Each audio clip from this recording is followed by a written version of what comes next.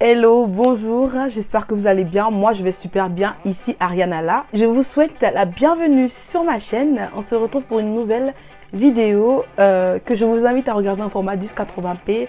Tout simplement parce que c'est la meilleure qualité sur laquelle je vais éditer la vidéo. Et je ne souhaiterais pas que mes abonnés chéris puissent rater cette vidéo dans sa meilleure qualité. Tu vois ce que je veux dire? Donc, tu cliques sur les trois petits points en haut là et tu la regarde au format 1080p. Tu me mets un petit cœur si tu l'aimes, un petit pouce bleu plutôt. Tu t'abonnes, tu actives la cloche de notification si ce n'est pas encore fait. Tu t'abonnes à mon Instagram, à la page Facebook Campus France Entraide. Parce que bien sûr, on y est quoi, on y est. Aujourd'hui, petite vidéo talk, je vais vous parler un peu d'étudiant à étudiant, de frère à frère, tu vois. Voilà. Et puis, j'aimerais que vous puissiez interagir dans les commentaires, me dire ce que vous en pensez. Si vous êtes déjà en France et que vous avez déjà postulé à Campus France, n'hésitez pas à venir dire 2-3 petits mots. Et puis, si vous aspirez à étudier en France, n'hésitez pas à nous poser des questions en commentaire. On se fera un plaisir d'y répondre. Bien sûr, quand vous posez des questions en commentaire sur YouTube, vous avez la possibilité d'avoir une réponse de quelqu'un d'autre qui est comme moi, qui est comme vous. Bien avant que je puisse arriver parce que je ne suis pas tout le temps sur les réseaux pour attendre les questions. Mais si vous savez que vos questions sont confidentielles, n'hésitez pas à me les poser sur Instagram. Et puis voilà, on va se lancer. Aujourd'hui, on va parler de ce qui vous différencie des autres. Parce qu'on parle de Campus France, mais derrière votre personne, ça sera des dossiers, des candidatures, des projets d'études, des projets professionnels. Et puis celui-là même qui va venir défendre son projet d'études et son projet professionnel. Parce que tout simplement, vous allez passer un entretien. De la même manière qu'on va vous entretenir, on va entretenir votre dossier, si je peux le dire ainsi. On va analyser votre dossier et on va juger bon de le garder ou pas. On va juger que vous êtes un étudiant qui peut tenir dans l'enseignement français ou pas. Parce que nous gravitons autour de l'enseignement français, de la vie en France, de tout ce que nous pouvons vouloir désirer, de tout ce que nous avons comme rêve. Donc, c'est de ça qu'on va parler aujourd'hui, vous voyez. Si vous avez des choses à ajouter, n'hésitez pas à le faire. Si vous avez des choses à dire, n'hésitez pas à le dire en commentaire. Je vais vous parler de la lettre de motivation aussi dans une autre vidéo et du CV. Je vais vous parler de ma lettre de motivation et de mon CV. Je vais faire cette vidéo sur un format différent parce que j'ai déjà fait une vidéo dans ce sens sur l'année dernière. Et puis, je vais apporter des améliorations. Et puis, pas mal de personnes font des vidéos sur ça. J'espère que ça va vous plaire, tout simplement. Vous savez, on vient étudier en France, on a un rêve. Et puis, on doit pouvoir le défendre. Mais il ne faut pas non plus qu'on soit dans l'euphorie. Il ne faut pas non plus qu'on puisse s'oublier et oublier nos racines ou bien qui nous sommes. Je le dis parce que vous allez devoir défendre un projet d'études et un projet professionnel devant des professionnels. Voilà, parce que les agents Campus France qui vont vous entretenir, c'est des professionnels. Ils ont l'habitude, ou bien je peux dire, chaque année, ils voient défiler des étudiants devant eux qui veulent aller étudier en France. Et ils voient la hargne dans les yeux de chacun. Ils voient l'envie et le besoin d'étudier en France dans les yeux de chacun. Mais il ne faudrait pas que cette envie-là, je ne sais pas moi, elle détaille en fait. Ça fait devant le monsieur qui va t'entretenir. Tu ne vas pas rabaisser ton pays. Tu ne vas pas dire que ton pays n'est pas assez à la hauteur. C'est pour ça que tu vas étudier en France. Stratégique, les gars. Soyez stratégiques. Ne sortez jamais que votre pays n'est pas assez à la hauteur. C'est pourquoi vous allez en France. Non, non, non, non. Voilà. C'est pas ce qu'on vous demande. Trouvez d'autres formules, trouvez d'autres manières de le formuler, mais ne le dites jamais. Parce que ce n'est pas le cas, bien sûr. Nos pays sont réputés. Et on a besoin de plus. C'est pour ça qu'on va en France, pour acquérir plus de connaissances, plus d'innovation et de nouveautés, pourquoi pas, pour les rapporter dans notre pays. Donc voilà. Ce qui vous différencie des autres, ça sera bien sûr le fait que ce rêve est vrai en vous. Le fait que vous connaissez votre projet. Le fait que vous savez dans quoi vous mettez les pieds. Les gars, je vous le redis, lisez sur ce thème-là. Lisez sur ce qu'est Campus France. Lisez sur ce qu'est cette procédure. Ne vous levez pas le matin comme ça, je vais aller en France, tac, tac, tac. Il y en a qui l'ont fait et qui ont échoué.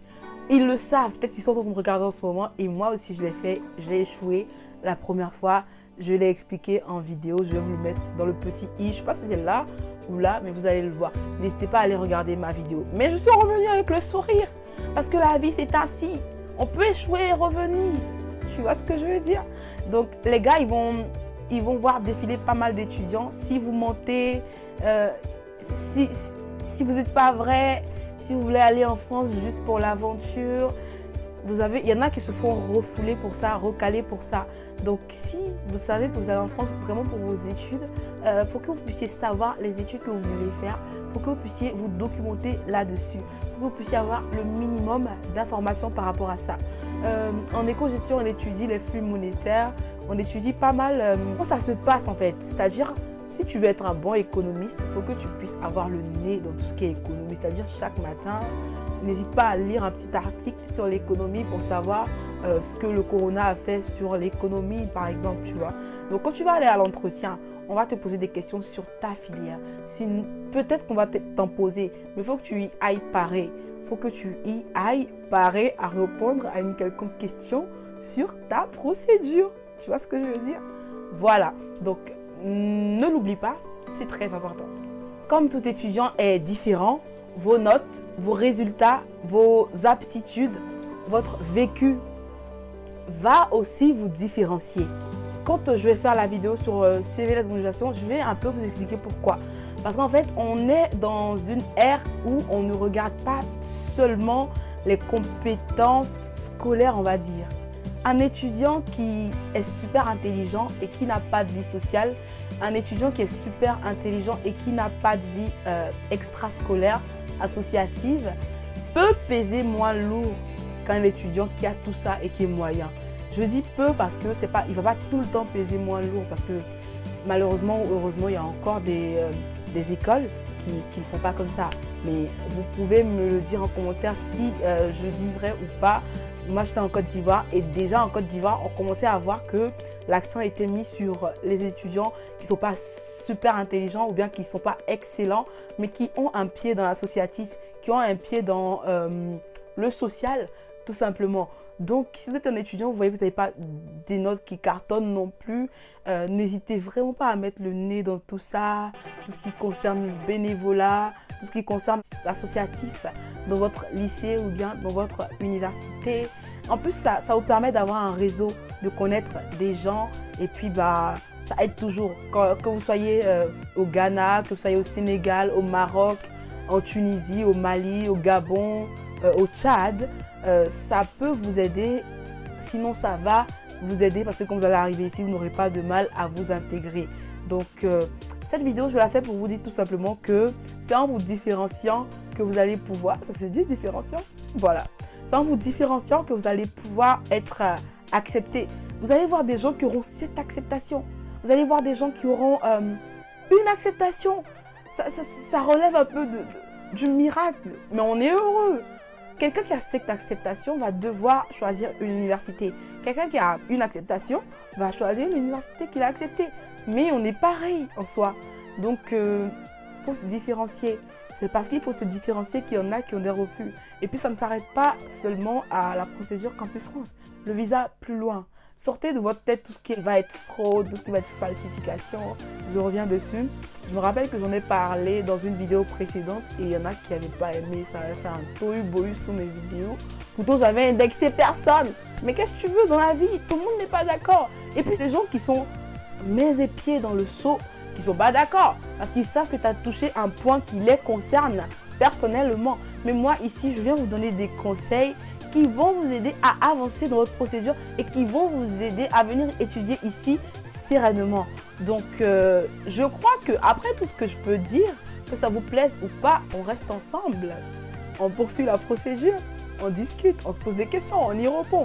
Je tiens à le rappeler, n'hésitez pas à me dire ce que vous en pensez en commentaire. Et puis, n'hésitez pas à mettre des pouces, tout ça, ça fait plaisir, ça rebooste, ça remotive. C'est ainsi que prend fin ma vidéo. Je fais plein de bisous, on se dit à bientôt pour une nouvelle vidéo.